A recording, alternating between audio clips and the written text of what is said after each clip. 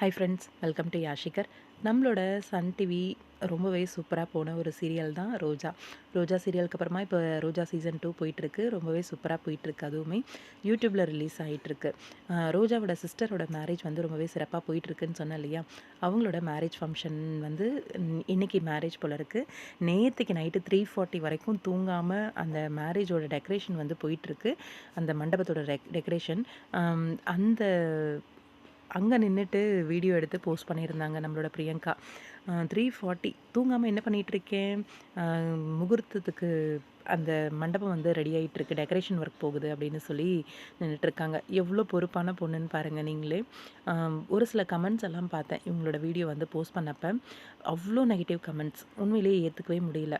இப்போ வரைக்கும் அவங்களோட கணவரோட ஃபோட்டோஸ் வந்து அவங்களோட இன்ஸ்டாகிராம் பேஜ் ஸ்டோரிஸில் இருந்துக்கிட்டே தான் இருக்குது. தேவையில்லாத நெகட்டிவிட்டி வந்து பரப்புகிறாங்க அப்படிங்கிற மாதிரி தான் தோணுது. அதே மாதிரி மஞ்சள் வந்து பூசி விட்டாங்க அவங்களோட காலுக்கு.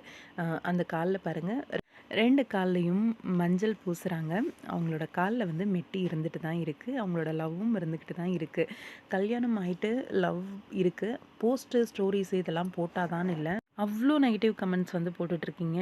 ரொம்பவே இதாக இருக்குது. அவங்க அஃபிஷியலாக சொல்லாத ஒரு விஷயத்த நீங்களாக க்ரியேட் பண்ணி இப்படி போஸ்ட் பண்ணுறதுலாம் ரொம்பவே தவறாக இருக்குது. அவங்களா ஷேர் பண்ணாத ஒரு விஷயத்த நீங்களாக யூகிச்சு போடுறதெல்லாம் ரொம்பவே தப்பு.